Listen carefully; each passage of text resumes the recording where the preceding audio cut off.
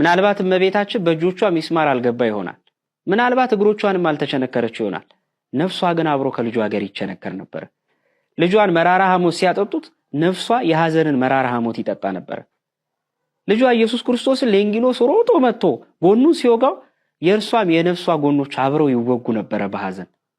እመቤታችን ልጇ መከራ ሲቀበል ያልተጋራችው ምን ሕማም አለ? አንዳንዴ እኮ መከራ ከሚቀበለው ሰው በላይ እኮ እናት ለልጇ እኮ የምታለቅሰው ለቅሶ እኮ ሕማሙን እኮ እጥፍ ድርብ ያደርገዋል። ከልጅነቱ ጀምሮ ካጠገቡ ተለይታ የማታውቀው ልጇ ኢየሱስ ክርስቶስ አሁን በአደባባይ ተሰቅሎ ስታይ ሐዘኗ በእውነት ማን ሊያበርድላት ማን ሊያቆምላት ይችላል? ለዚህ እኮ ነው አባ ሕርያቆስ የያዕቆብ ሐዘን ዛሬ ታደሰ ያለው።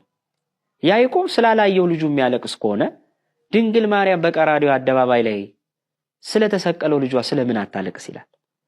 ራሔል ስላላሳደገቻቸው ልጆቿ የምታለቅስ ከሆነ ድንግል ማርያም 9 ወር ከ5 ቀን ጸንሳ 33 ዓመት ሙሉ ካጠገቧ ያልተለየ መሲህ ኢየሱስ ክርስቶስ አንድያ ብሁተ ልደት ለተባለለት ለዛ አንድያ ልጇ ለምን አታለቅስ?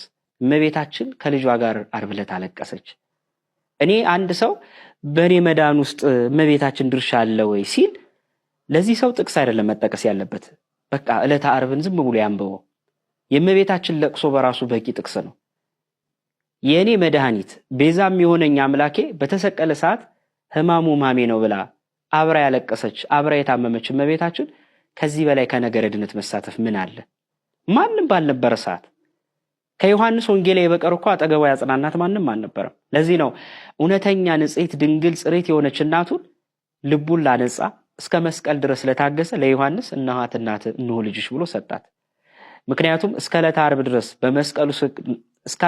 ድረስ መስቀሉ ስር ክርስቶስን ተቀብያለሁ ኢየሱስን አምኛለሁ ያለ ሰው መጀመሪያ የምትሰጠው እመቤታችን ናት።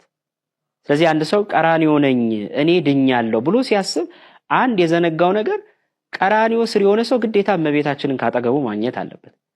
ስለዚህ ዮሐንስ ስለታመነ እመቤታችንን ዕለተ ዓርብ ቀን ከጎኑ ተሰጠችው።